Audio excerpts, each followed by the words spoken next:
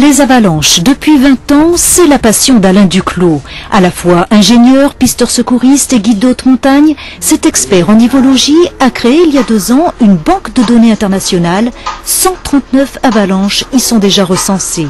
L'intéresse en particulier les avalanches de plaques et surtout ce qui les déclenche. En fait, ce qui s'est passé, c'est qu'on a eu une amorce de rupture à l'endroit de l'explosif là, dans la couche fragile. Cette amorce de rupture s'est propagée à l'ensemble de la plaque, jusqu'à ce que la plaque décollée tire assez fort pour que, ici, il y ait cette rupture sommitale. Après l'analyse d'images, la démonstration sur le terrain. Pour qu'il y ait avalanche, on le sait bien maintenant, il faut une plaque de neige posée sur une couche fragile, par exemple les gros cristaux appelés gobelets.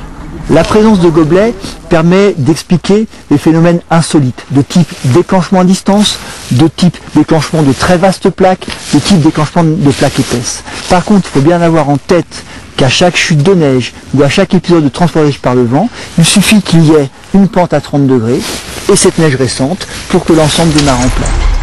Mais dans le cas d'une avalanche provoquée, comment un skieur de 60 ou même 80 kg peut-il ébranler une masse de plusieurs tonnes?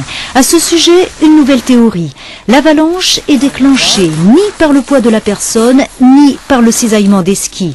Mais lors de son passage, le skieur amorce une rupture dans la couche fragile qui se propage spontanément. Le phénomène de propagation de rupture dans une couche fragile permet de faire que, en étant sur un plat ici, le skieur ou le groupe de skieurs déclenche une avalanche dans la pente qui est au-dessus. Et c'est pour ça qu'il est important de comprendre ce phénomène de propagation.